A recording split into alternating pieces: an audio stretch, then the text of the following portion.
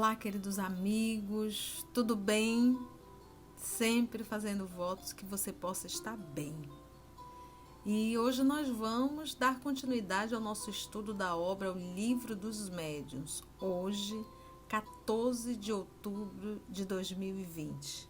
Nós vamos dar continuidade ao capítulo 4 da teoria das manifestações físicas. Nós iniciamos o 72, o item 72, e vamos hoje fazer a questão de número 17, dar continuidade às indagações sobre os movimentos e suspensões, ok? De O Livro dos Médiuns. Vamos iniciar fazendo a nossa prece. Divino amigo Jesus, queridos amigos espirituais, aqui presentes, que nos ajudam nesse trabalho, nos inspirando, nos ajudando na compreensão, para que possamos, Senhor, tratar a mediunidade não mais de forma mística, não mais de forma infantil, mas conseguir realmente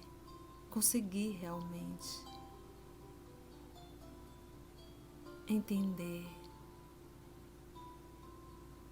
e assim adquirirmos a responsabilidade para com o fenômeno. Muito obrigada, divino amigo, por essa oportunidade, e é em teu nome que todos nós aqui nos encontramos. Que assim seja. Então, vamos lá mais uma vez, vamos dar continuidade. Pega o seu Livro dos Médiuns, a questão 17. Qual a causa, perguntou Kardec, preponderante na produção desse fenômeno? O espírito ou fluido? Lembrando que é interessante você ver o estudo anterior, senão você não vai conseguir entender, tá bom? Porque aqui a gente está falando da ação do espírito sobre a matéria, tá? Então, ele diz, qual é a causa preponderante na produção desse fenômeno? É o espírito ou o fluido que ele utiliza? A resposta, o espírito é a causa, porque é ele que quer. O fluido é o instrumento, tá? Então, o espírito é a causa, porque é o ser pensante, e o fluido é um instrumento, mas ambos são necessários. É necessário o espírito e é necessário o fluido, tá? Aí pergunta Kardec, nesse caso, que papel desempenha a vontade do médium? Porque ele fala do espírito, logo desencarnado, fala do fluido, e aí Kardec quer saber qual é o papel do médium nisso tudo. Ele diz, o de atrair os espíritos e secundá-los no impulso que dão ao fluido. Então, nisso a gente já consegue perceber esse secundá-lo aí de auxiliar, de reforçar, tá? De apoiar. Então, o espírito deseja e o médium auxilia. Há uma participação do médium, e nós vamos saber mais lá na frente que pode ser consciente, pode ser a revelia do médium, mas é necessário o médium. Mas vamos lá. Ele diz, nesse caso, então, qual é o papel que desempenha a vontade do médium? A vontade. Ele diz, o de atrair os espíritos e secundá-lo, ou seja, apoiá-lo, no impulso que dão ao fluido. Aí Kardec não ficou muito satisfeito e fez a 18A.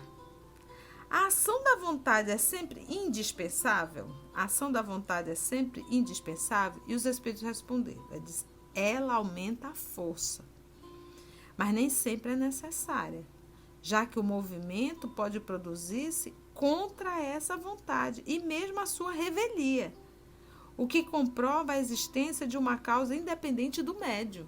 Então, o médium de efeito físico, ele pode, de repente, estar sendo utilizado o seu fluido e ele nem saber, a sua revelia. Ele não está nem pensando, não está nada. E é muito mais a ação do espírito, tá bom? Aí tem uma observação de Kardec. Pode produzir-se contra essa vontade mesmo a sua revelia, o que comprova a existência, então, de uma causa independente do médium. Nós tínhamos finalizado. Vamos ver a observação. Nem sempre é necessário o contato das mãos para que um objeto se mova. Na maioria das vezes, esse contato só é requerido para dar o primeiro impulso, desde, porém, que esteja animado, ou seja, dado vida ao objeto, né? O objeto pode obedecer à vontade do espírito, sem contato material, dependendo da potencialidade do médium ou da natureza do espírito. Lembrando, gente, sempre quando a gente fala de médium, não faça vínculo que o fato da criatura ser médium, ele é moralizado. Uma coisa não tem nada a ver com a outra. A mediunidade, ela é uma faculdade neutra. Agora, a qualidade mediúnica, aí sim, está de comum acordo com a evolução moral do médium, tá? Então, ele diz assim, dependendo da potencialidade do médium ou da natureza do espírito. Aliás, nem mesmo esse primeiro contato é indispensável em todos os casos. E a prova disto está nos movimentos de deslocamentos espontâneos que ninguém cogitou de provocar. Então, ali, de repente, ninguém imaginou, ninguém pensou, ninguém evocou e, de repente, um objeto se movimenta. Aí mostra realmente que é a revelia do médium. Vocês compreendem, gente, isso? E aí vem a questão 19. Porque nem todos podem produzir o mesmo efeito e nem todos os médios têm o mesmo poder. Esse poder aí é nível de força. Por exemplo, tem médio que só consegue mexer, dar uma sacudida na mesa. Tem outros que tem ele percebe. Por que ele diz médio? Porque com o médio fulano é um movimento mais simples. Mas com o médio Beltrano, quando o médio Beltrano está, a mesa sobe, vai até o alto, se movimenta com uma rapidez e ele vai chamar isso de poder, né? Poder a nível de fluido, né? Então ele pergunta, por que nem todos podem produzir o mesmo efeito e nem todos os médios têm o mesmo poder? Resposta. Isto depende da organização e da maior ou menor facilidade com que se pode operar a combinação dos fluidos. Essa organização aí, ele está falando do organismo, ele está falando do corpo físico. Influi também, então, ele diz primeiro depende da organização e da maior ou menor facilidade com que se pode operar essa combinação desses fluidos. Influi também a maior ou menor simpatia do médium para com os espíritos que encontram nele a força fluídica necessária, tá vendo? Dá-se com esta força a mesma coisa que se dá com a força dos magnetizadores, que não é igual em todos.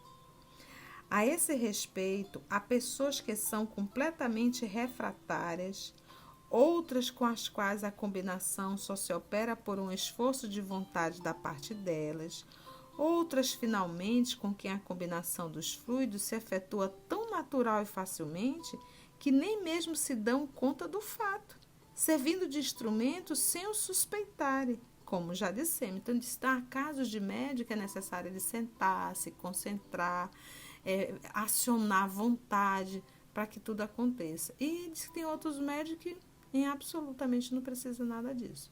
Gente, é muito interessante a gente ler os casos que são relatados e retratados na Revista Espírita. A de 1858, a de 1859, você vai ver muitos casos de efeitos físicos realmente. Eu me recordo de uma criança, não vou me lembrar o nome, mas era de uma criança que o leito dele sacudia todo, balançava todo. E bem complicado o que estava acontecendo com aquela família. Então, é interessante a gente ler os casos que estão sendo escritos realmente e contados por Allan Kardec na Revista Espírita, tá bom? Aí tem uma observação novamente de Kardec. Não há dúvida de que estes fenômenos têm por princípio o magnetismo, mas não como geralmente o entendem. Temos a prova disto na existência de poderosos magnetizadores que não conseguem movimentar uma simples mesinha de centro, e na de pessoas, inclusive crianças, que, embora incapazes de magnetizar, basta que ponham os dedos sobre uma mesa pesada para que ela se agite. Logo, se a força mediúnica não guarda proporção com a força magnética, é que existe outra causa. E lembrando que Allan Kardec estudou o magnetismo, ele sabia do que estava falando. E ele sabia diferenciar isso, né? A força magnética daquilo que ele vai chamar de a força mediúnica, tá? Força mediúnica é uma coisa e força magnética é outra. Então, existiam excelentes magnetizadores, mas que não conseguiam movimentar uma mesinha pequena de centro, como ele diz. Aí, Kardec continua perguntando. Questão número 20. As pessoas qualificadas de elétricas podem ser consideradas médiums? Essas pessoas tiram de si mesmas o fluido necessário à produção do fenômeno e podem atuar sem o concurso de outros espíritos. Essas pessoas que ele denominava de pessoas elétricas. Não são, portanto, médios no sentido que se atribui a esta palavra, porque se ele está dizendo aqui que a pessoa mesmo é por si mesma, essas pessoas tiram de si mesma o fluido necessário à produção do fenômeno e pode atuar sem o concurso de outros espíritos. Então, para que eu possa chamar alguém de médio, ele tem que estar mediando um espírito, ele tem que estar na condição de um mediador. Então, no processo dos efeitos físicos, a gente já viu que existe a ação do espírito, tá? A vontade de um espírito, e tem que ter a ação de um médium. Há uma combinação fluídica de ambos, da vontade e do fluido e do fluido do próprio médium, para que possa movimentar um objeto. Beleza, maravilha.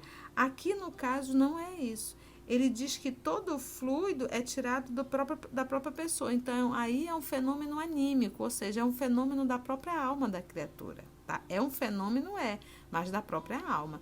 Não é um fenômeno mediúnico, porque não existe aí uma segunda pessoa, vamos dizer assim.